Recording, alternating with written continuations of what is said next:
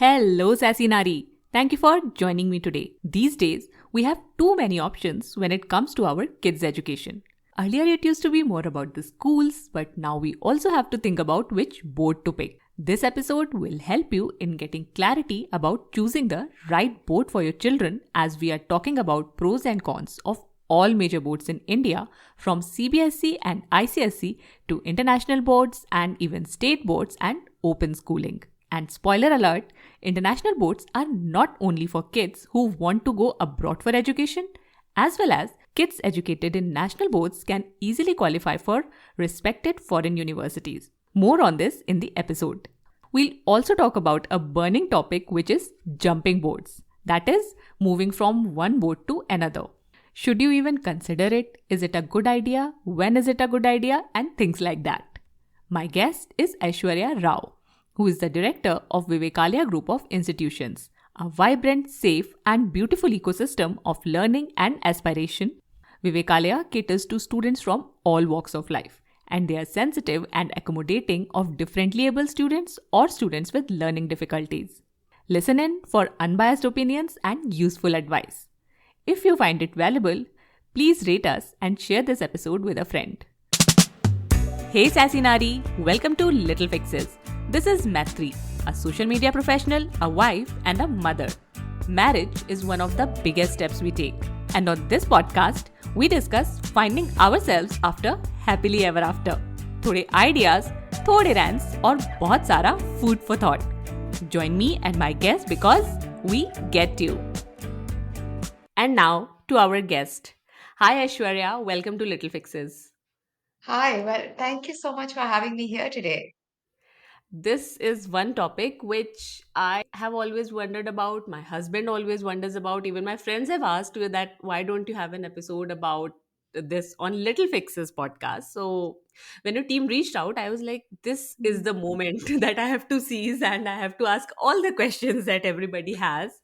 So Aishwarya, we are going to talk about how much do boards matter, how different boards are different from each other, and they will also talk about jumping boards. Like a lot of parents do Yeah, that, and I keep seeing and I keep getting confused. So I hope that doubts will be cleared today. So Shurya, first thing yeah. I want to ask is how much do boards matter? Okay. So I think this is, firstly, I'm so glad that we're able to have this conversation because I think um, a lot of parents, have doubts, but they don't Yeah. really know how to voice it, to whom to voice it, and if they're going to get an objective answer for it, Exactly. right? Yeah. So, how much do boards matter? They matter depending on what you want for your child, I think. It Mm-hmm. does play a role in uh, the choices that you want to make for your child. Uh, how early do boards matter is a different conversation altogether. Yeah. But I would say beyond grade 4 or 5, yes, boards matter depending on what you want for your child, what your child wants for themselves also, right? Mm-hmm. So yes, I do think they matter to a certain extent. I'd give it a difference of about maybe 60% it matters, I would say. But what Uh-huh. matters more than the board is the school that you choose, is what I would Yeah. also say. Uh-huh. Yeah. Yes, yes, because I have seen parents talking about that this is a CBSE board school. They have very conservative Yeah. approach, but another parent will go all gaga over their CBSE board school, and they will say that they are sports oriented also. They are very hands on also. So I think yes, schools do matter a Yeah. lot. So, first of all, let's start with CBSE and CISCE, which is for my listeners, I would like to clarify CISCE, what conducts the ICSE and ISC exams. So, CBSE and CISCE, what's the difference and which board is better if there is anything like that? So both are basically national based boards, but Yeah. the ICSE is still private, relatively private. CBSE is obviously our national board is CBSE.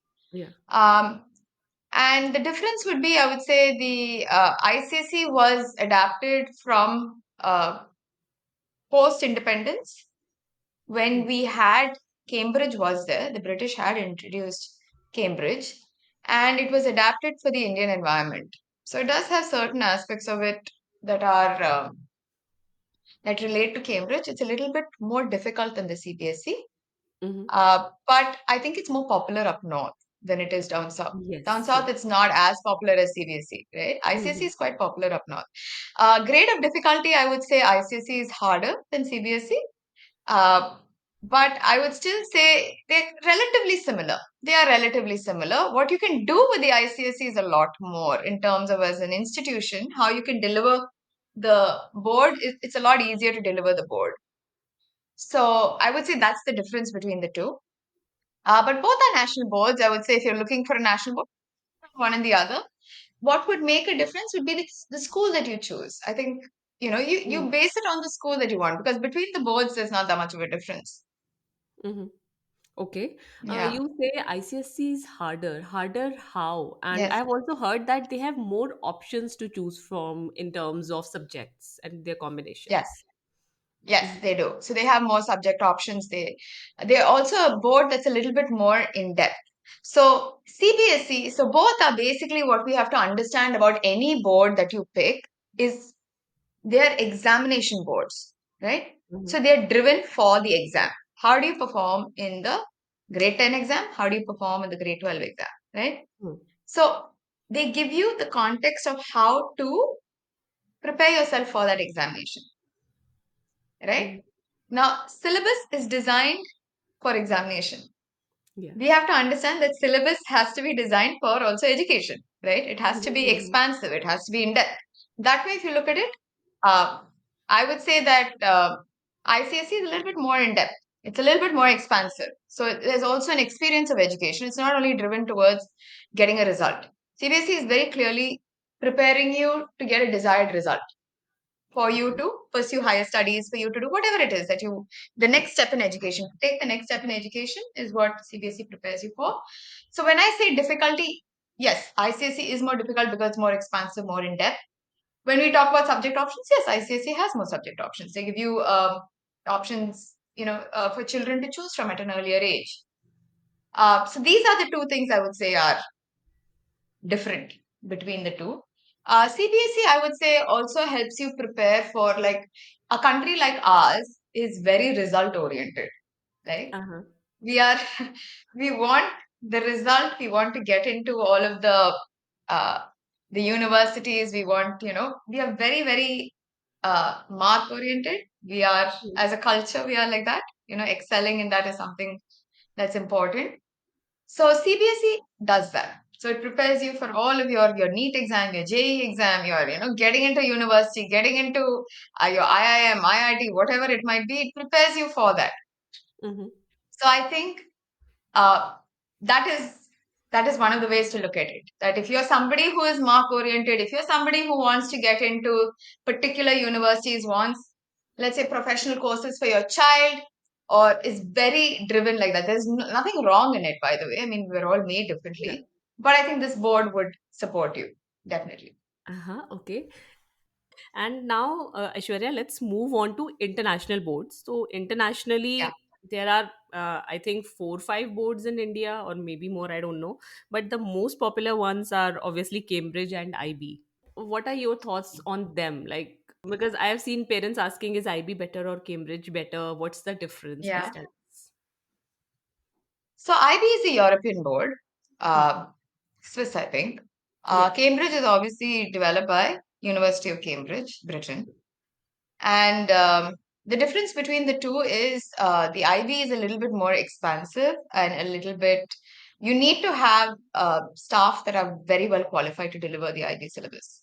It's not an easy syllabus, whereas Cambridge is a lot more regulated in terms of, it's a very fixed kind of a syllabus. You just need training for it. You get all of the resources that you need to deliver. And it's more structured. As an institution, I can tell you it's a more structured syllabus. It's easier to deliver than to deliver the IB. Um, the difference between the two is there's not that much difference. You can, both are experiential boards, both are explorative boards.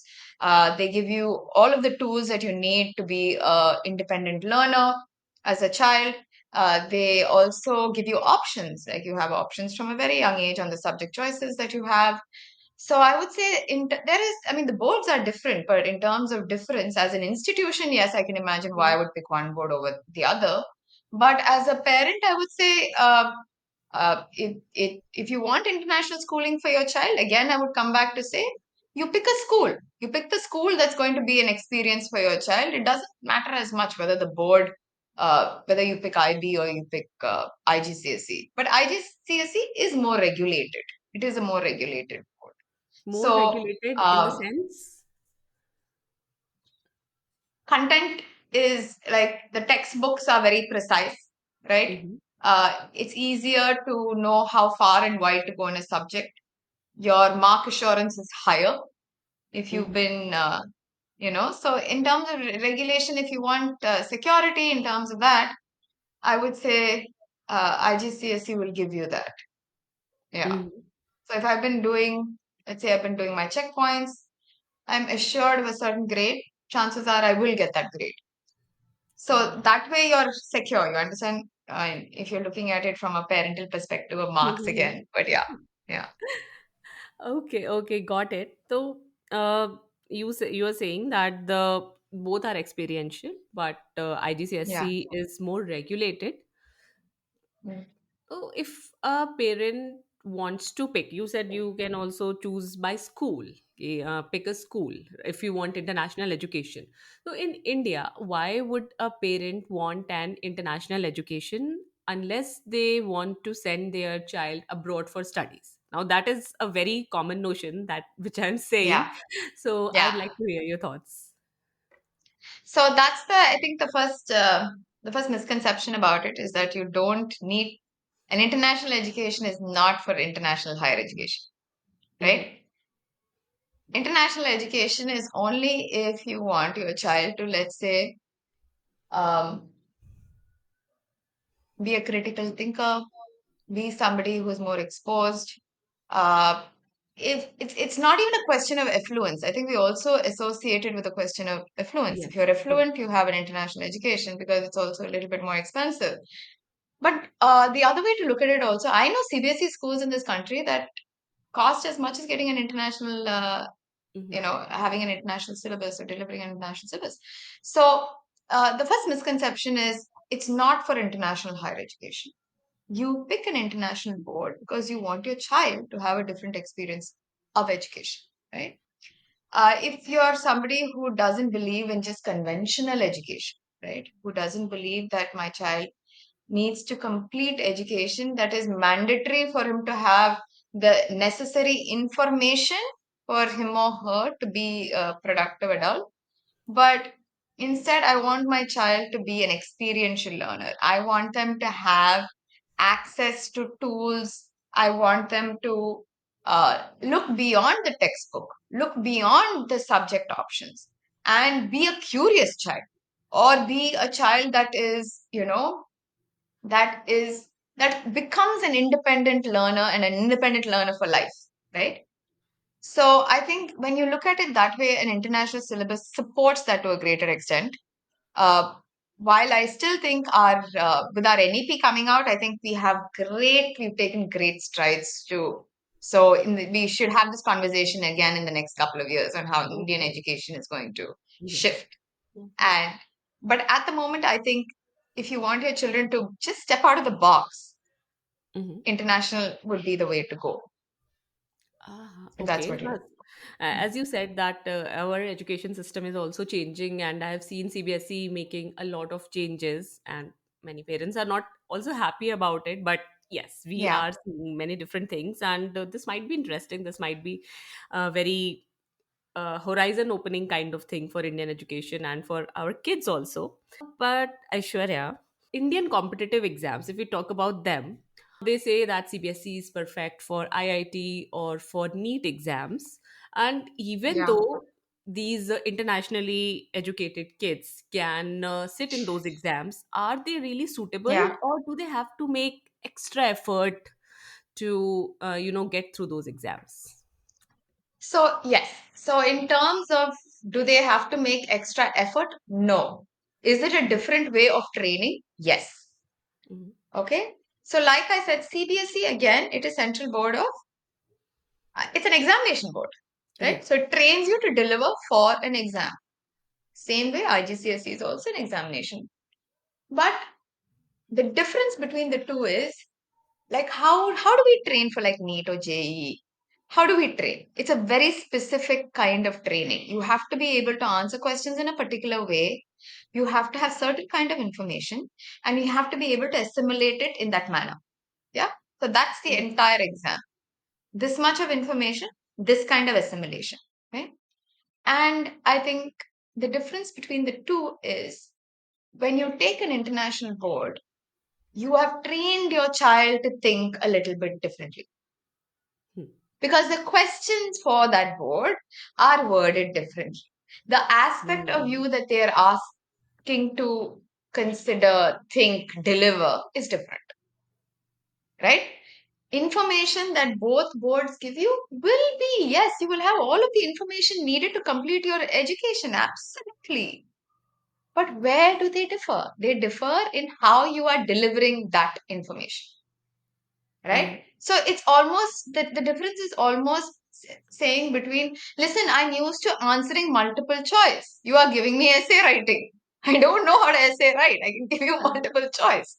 That Yeah. is the difference. So it comes down to the training, right? So Mhm. why does JE and NEET work better? Because it's the same textbook, it's the same delivery. It's almost you're preparing for the same race. So are you running a sprint or Mm. are you running a marathon? One asks you to run a marathon, the other asks you to sprint.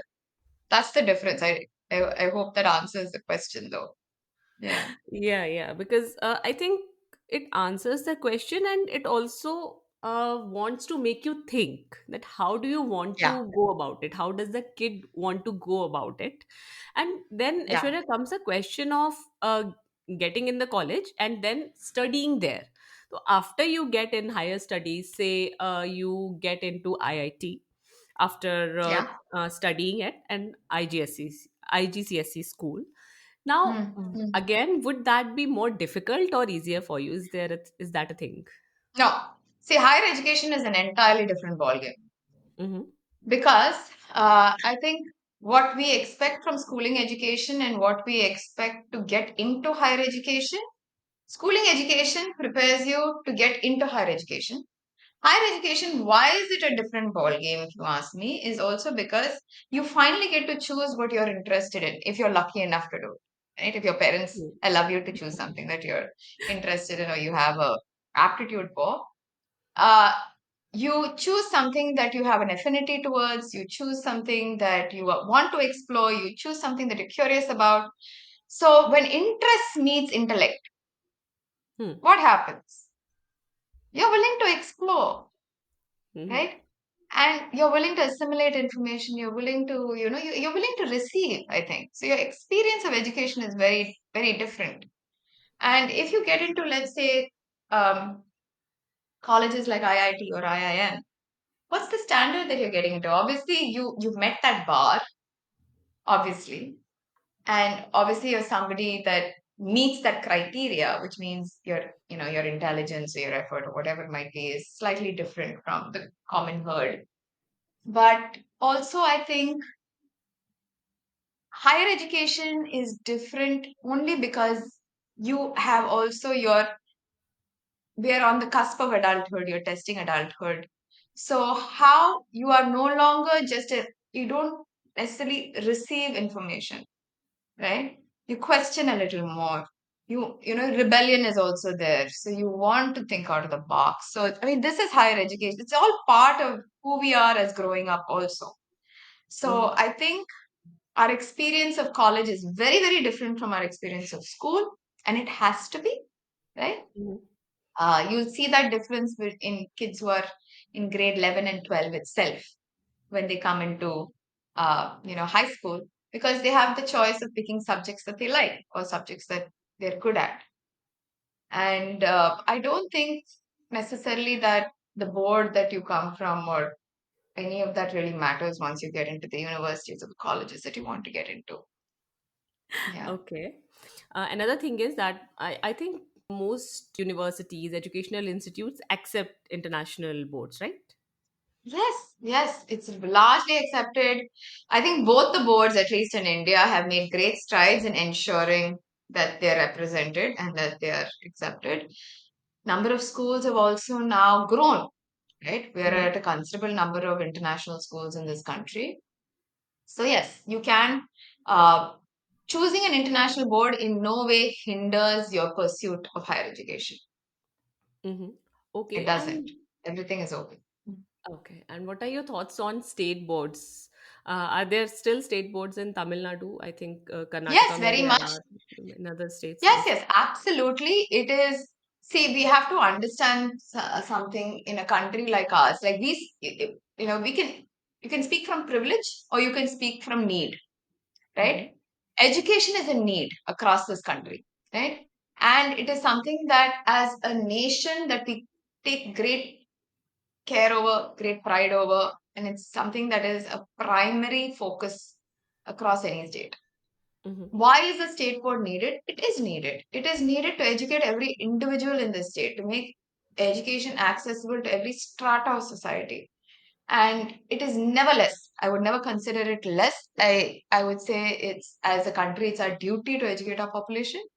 And while the center does it in a massive scale, it's a much bigger enterprise. The state does it in its own scale because state education in the state, it's a state owned enterprise, right? It's not really center owned. So I think, yes, of course, every state has their boards. It is required. Do we need I know the NEP has come now and said that the central board will also be available in the state language. If you want to Uh-huh. educate yourself in the state language, it's going to be available, right? The idea is that you get educated. It doesn't matter. The state has been doing that for since its inception. We've been educating children in our state language, and each of our states have a different language. But nonetheless, what is the criteria? The criteria is that you should get educated, right? You should have access to education. And I Mm-hmm. think as long as I think that objective is there, yes, state education is incredibly important. It is important. Mm, yeah, it is. And even I am educated in state board. I'm from UP. I Mm. have studied in UP board in Hindi medium, like proper Hindi medium schools. Yeah. So I Mm. have educated, I have got my education there, but I think initially there was this misconception, or maybe there was this inferiority associated with state boards. I hope it goes away slowly. But when we were in Hindi medium schools, they were like, "Oh, you can't speak English." So that English. was such a big thing for us. Like our friends, when we were in third, fourth standards, the ones who were getting educated in CBSE, ICSE schools, they were speaking in English, and we used to look them with open mouth. Wow, they can speak such good English. So I think that also needs to change. That maybe that Yes. is one of the reasons also people think that an English education is required. That's why a lot of people moved away from state boards, and they have become more grassroots, I think. Like the government schools have that board, but not bigger schools. They also Private don't have schools. that. Yeah. No, so the thing is, see, let's look at it this way. Okay, this is a shift I think we need to make in our country. You and I are conversing in English, okay? Because sadly, I don't speak Hindi. We had this conversation before we started our podcast. Yeah. But sadly, coming from, being educated in Tamil Nadu, when I was in school, we did not have, Hindi was not an option as a second language. And I was Mhm. educated in a private school that English was the medium of education, right? Now, I think it's something that was left behind post-colonial era that told us that our state languages, our national language, or was not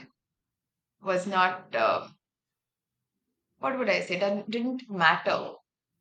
That you Yeah. needed to be proficient in a foreign language, right? Mhm. Your proficiency in that foreign language gave you credibility, told you that you were better than the rest, or it's something that was, I think, left behind from a colonial time. But I think what we need to understand is language is just, it's a tool to express ourselves. right? Mhm. And in a country as diverse as ours and as beautifully, individual in its entirety. Each state has culture, each state has a language, you know, that yes, we should take great pride in the fact that in every state you are able to get educated. Tell me where else is that Yes. possible? In a different language. In which Yes. country do you have that? You don't have it. It doesn't Mhm. exist, right? If your different countries can educate their population, yes, in their language, which country has as many languages as we do and has syllabus developed in that language? Mhm. So just if you think out of that box for a second and say, okay, like other than saying I was educated in my state language. Mhm. Name one country that has, what is it, 26, 27, I think many more languages, Yes. and has the board, has the curriculum. You can deliver history, geography. You can deliver every subject in that language because that language is that developed, it is that proficient, it is written, it is spoken. So I think we should take pride in our country, I think, firstly. Like our proficiency in English makes us, yes, it's required, I think, for, to be on the world stage or whatever it might be necessary. But I think we should take pride in the fact that our country is so diverse. And I'm looking forward to the NEP for that reason that says that it takes, it brings back pride to the local language. You know what I mean? It Yes. takes back that ownership over that. Like if I'm in Tamil Nadu, Tamil is my language, right? I can learn Tamil, I can learn Hindi, I can learn English also. So from a very young age, I am proficient in all three. Like if you are in Karnataka, you do Kannada, you do Hindi, and you do English. And you're proficient in all three, right? It keeps your roots, but it gives you the opportunity to go anywhere and, reach greater heights. So yeah. Yes, yes. And one major role I think with that English plays in India is connect each of us. Like I don't know Tamil, you don't know Hindi, but we can still talk, right? So I Yeah. think it is required that way also. Not Yeah. just for global stage, I think at a national level also we need one language that can unify us and we can talk with each other. So I think that Correct. English does Correct. that job It beautifully. breaks that barrier. Correct. I think Hindi also actually does that.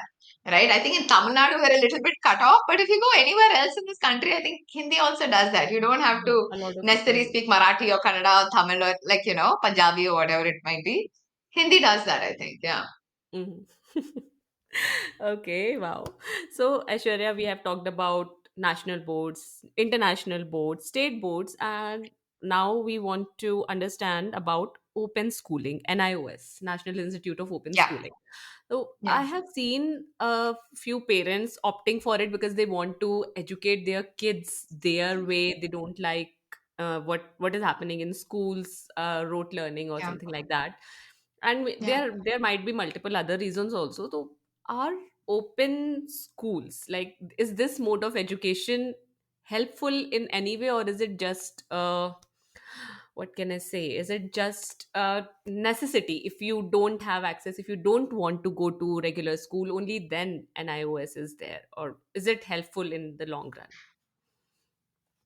Okay. So, is it like any other national board? Absolutely. Right? It's equivalent to your CBSE, ICSE, whatever it might be. Let's look at why NIOS was developed. Right? NIOS was developed to provide access to education in the remote regions of our country where schooling was not necessarily prevalent. Right? So let's say if you belong to some village at the back of wherever, whether it's in Tamil Nadu or whether it's in Uttar Pradesh or whether it's in Karnataka or wherever, you belong to some remote village where the child had to travel maybe an hour and a half or 2 hours to go to school because you only had government schools, and not all government schools were present in every village, right? Then the NIOS board was developed to make education accessible to every child. Number one. The NIOS board was also developed to give adults access to education for those who have missed out on, either who have discontinued their education while in school or did not have the chance to be educated while they were young. It gave adults the opportunity to get to pursue education, right? So it was developed by the Indira Gandhi National Open University, which gave adults access to distance, like to distance education through this, through, even though you were not particularly present, distance education was something that gave every Indian the opportunity to be educated. Mm-hmm. So I think when we look at the NIOS board, that was the objective with which it was started, right? Uh, how is it as a board? It's a phenomenal board because it's extremely inclusive. Because when you look at education not for the mass, and you look at education for the fringe of society, okay, this is Yeah. where objective changes, right? So, how do I make education accessible to you? How do I make it inclusive? How do I get you who is not in the regular, in the regular path of general education? I make it flexible, right? I make it extensive. I give you options. I remove the barrier of language. I remove, so the way that the board is developed in itself is, is taking into consideration the Indian that lives not in our cities, not in our second tier cities, but the Indian that lives in the village, right? Mhm. But the Indian that wants to come into the city. So I think Mhm. that's how the board is developed. So it's equivalent. It is not a board that is, I would say, it's not a second-hand board or a board that you choose because something else is not available. It's a fantastic board, number one.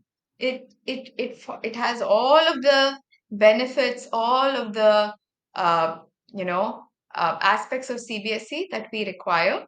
I mean that we consider. Where it is different is it provides us with flexibility. You can take exams more than one time a year. The other flexibility is also you can do one exam every year if you'd like over the course Mhm. of 5 years to complete your high school education. It also gives us the opportunity to retake exams if you have not performed well. It also gives us the chance of having subject variations. NIOS had vocational subjects long before we brought them into CBSE, Mhm. vocational training, right? So while it educates you mentally, it also gives you a skill for you to have a parallel education.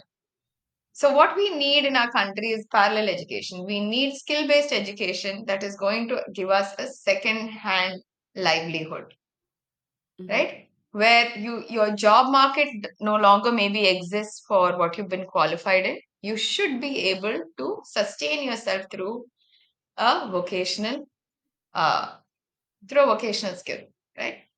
Which in our country is a dire need. Okay, if I don't get a job, can I stitch? Can I cook? What can I Mhm. do?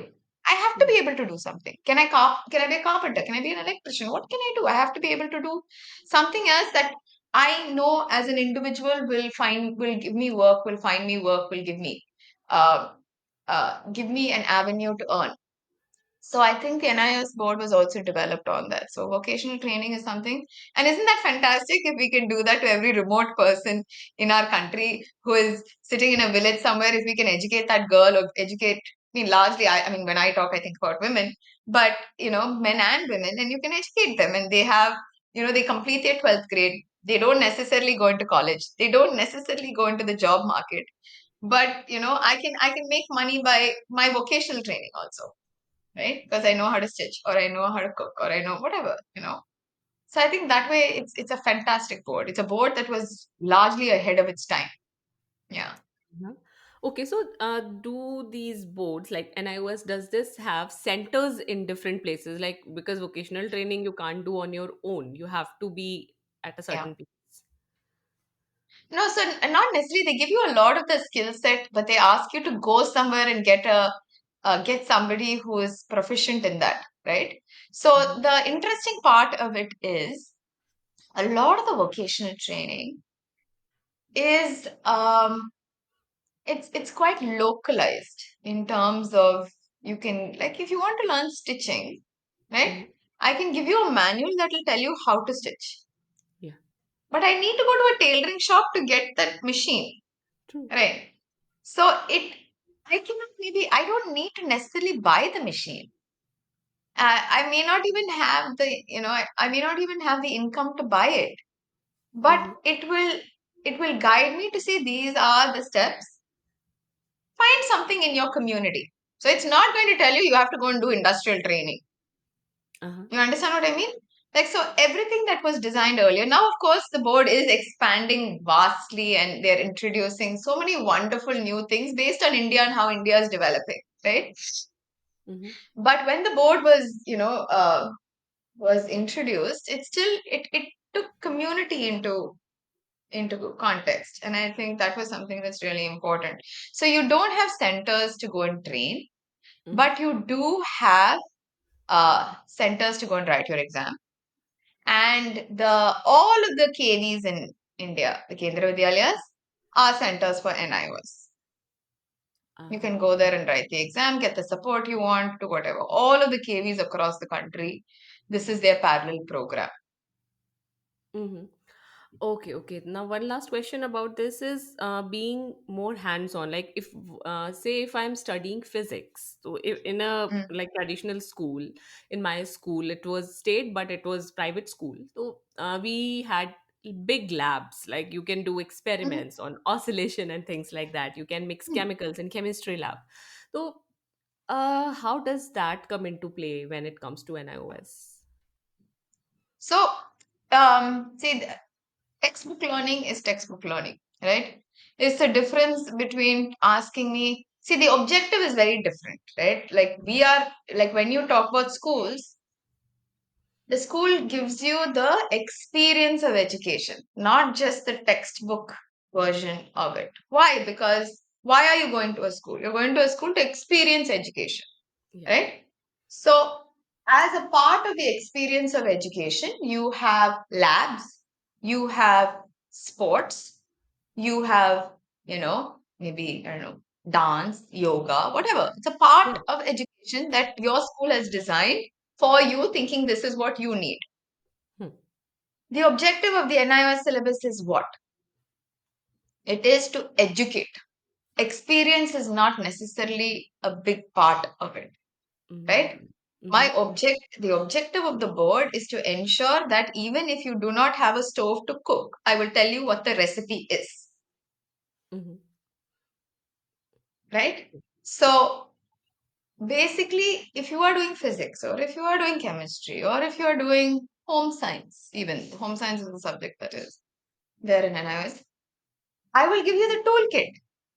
I will tell you how to do it. Uh-huh. It doesn't matter if you can actually do it, Okay. but you need to have the information that says when I mix X with Y, this is going to be the result. That information you need to have. Have you mixed X and Y? Maybe not. Maybe that. Mm-hmm. But see, the objective is very clear. The objective is not the experience of education, it is just pure education. Hmm. Education for higher purpose. You get your information for you to uh, have a life. So I think it's a little bit different in that sense. If you go to schools that offer the NIOS syllabus, you can experience it.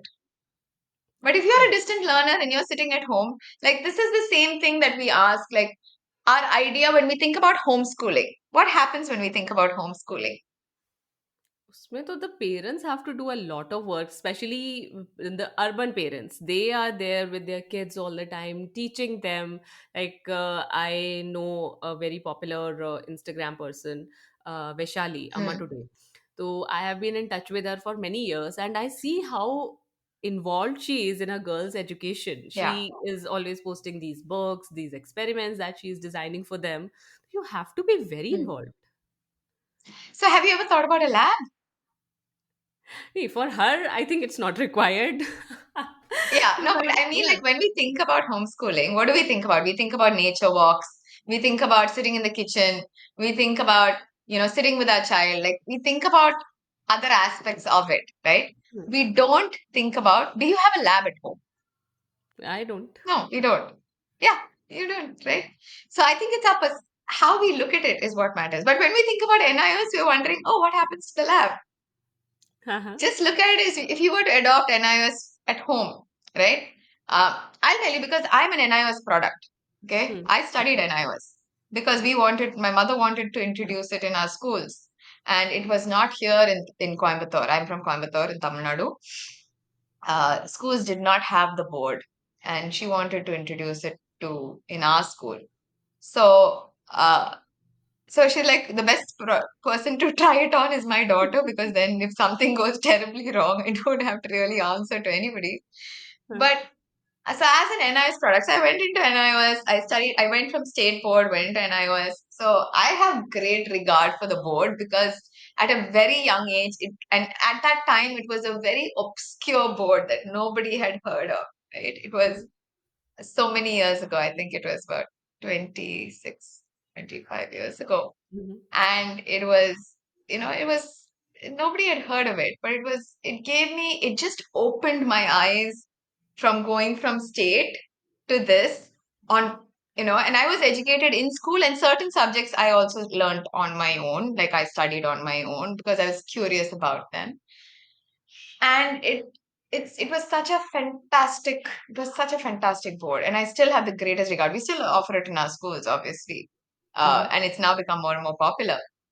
But I think it's our perspective. A lot of it comes down to our perspective in how we view something and what we want from it. I think we take from it. Yeah. Okay, okay. Very interesting to know. Thank you for sharing all of that. And lastly, Aishwarya, I want to know about jumping boards. Like yesterday only, Mm, I am a member of a Facebook group, and I was reading there. There mm, is a parent who has decided that her kid needs to change the board mm, after 10th standard. She was in international. mm. Now she has to go to CBSE for 11th and 12th, CBSE. so that she Yeah. can appear in competitive exams. She can be ready for them, Correct. basically.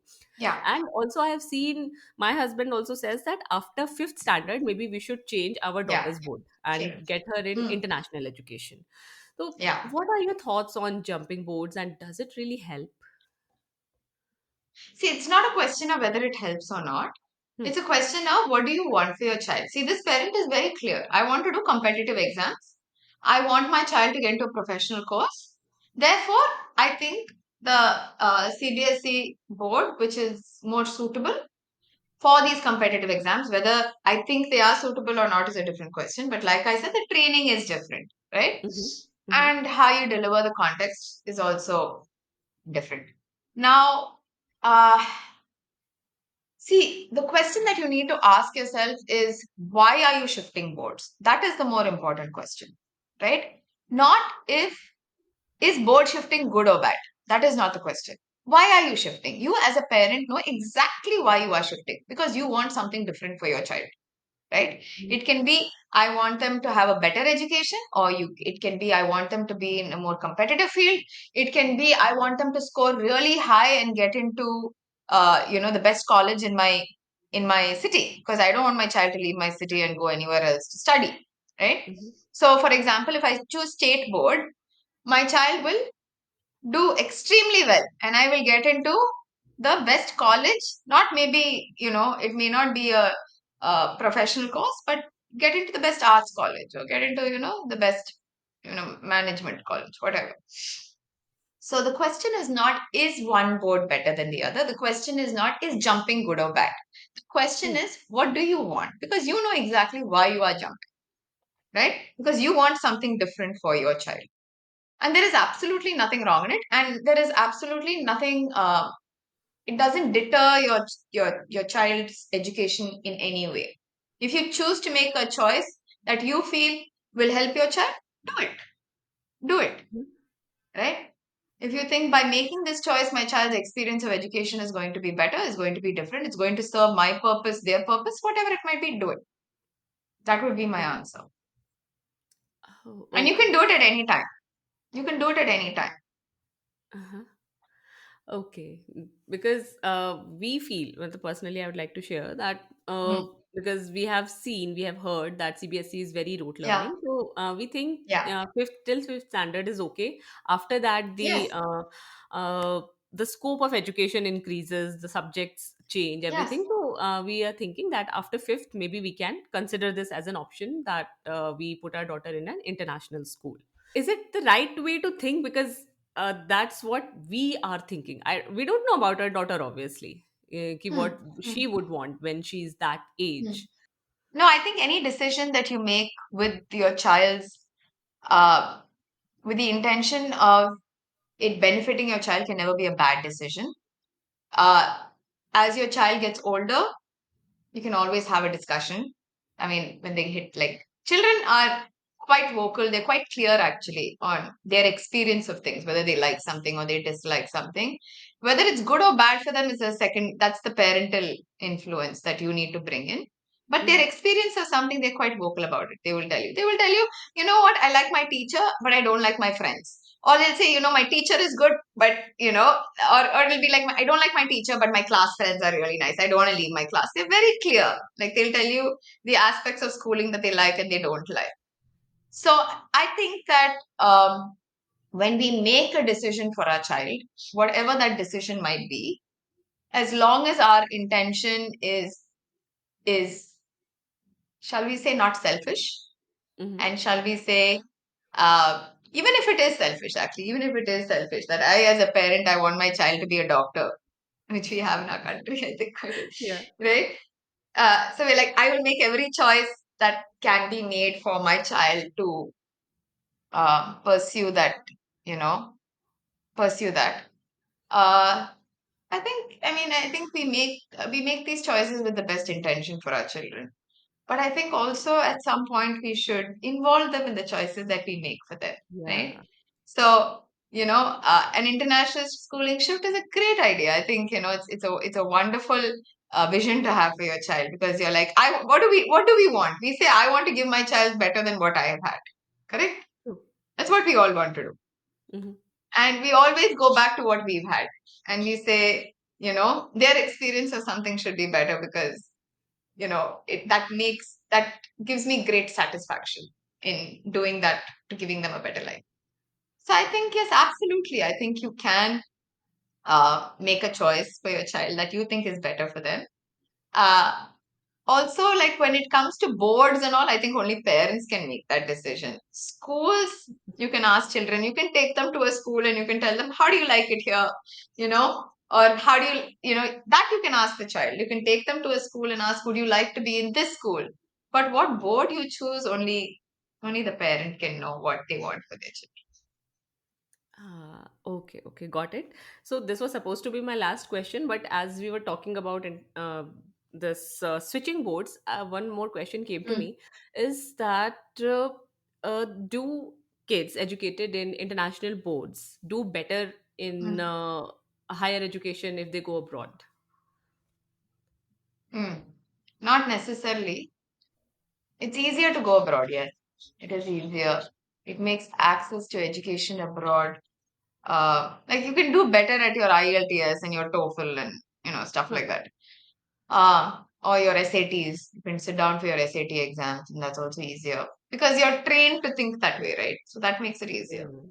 But if we are talking about India, and I think India are as a country, I think you know our population is incredibly intelligent and we are survivors. Like you can put us Yeah. anywhere, and you know, an Indian will thrive. Hmm. So I think, you know, when we look at it, do international boards make it easier?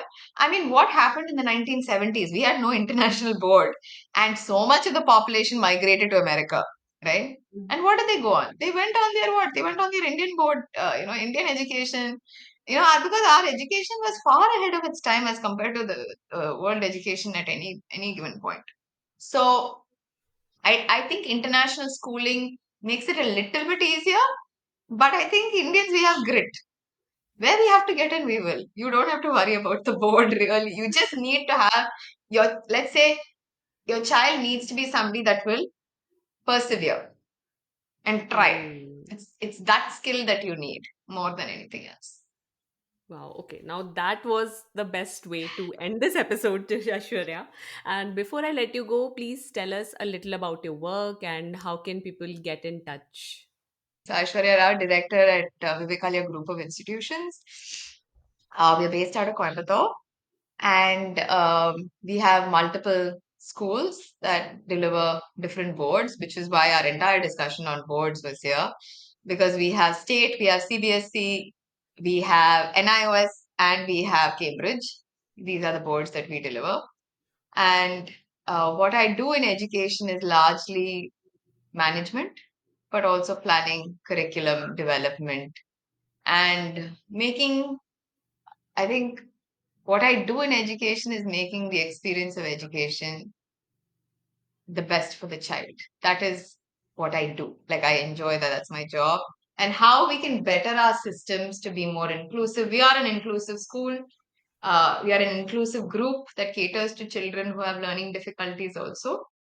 So that is the other aspect. So that we have children who have dyslexia, dyscalculia, ADHD. How do we design an education system that benefits all and serves all? Mhm. You can reach me. You can reach us obviously if you put out Vivekalaya Group. You Mhm. will find us on Google. I'm also on Instagram as Miss Aishwarya Rao. You can find me on that. And please do reach out any. I'm happy to answer questions and support parents and help them choose what's best for their children. So please do. Definitely, definitely. And Aishwarya, it was really enlightening speaking with you. I learned a lot of things, and I think now I'll also be able to make a more informed decision for my daughter. And whoever listens to this episode, I think they will also be able to make a more informed decision. So, thank you so much for sharing your insights and knowledge so openly with us. And thank you for giving your time to Little Fixes. Thank you so much. It was such a pleasure talking to you. अगर आपको ये episode valuable लगा तो please help little fixes reach more people by sharing it with someone you care about. You can also give us a shout out on Instagram. मेरा handle है @littlepixespodcast. This helps me in growing the podcast और बहुत सारे और लोगों की help भी होती है इसको सुन के. I am grateful for your time. अब मिलते हैं नेक्स्ट वेडनेसडे को. तब तक के लिए खुद से प्यार करते रहो और सदा सैसी रहो. Bye. When I started this podcast in 2019, I didn't know much about the tools available and struggled with poor audio quality, blurry videos, and even losing the recording. Now I have switched to Zencaster. Zencaster not only gives me high quality audio and video podcast production, but also keeps the recording safe with its multi-layer backups even when the internet is unstable. It has a post-production feature which automatically removes sounds like and also reduces background noise with a click of a button. Go to zencaster.com/pricing and use my code LFP and you will get 30% off your first month of any Zencaster paid plan. I want you to have the same easy experiences I do for all my podcasting and content needs. It's time to share your story. Zencaster is free to try and their hobbies plan is always free.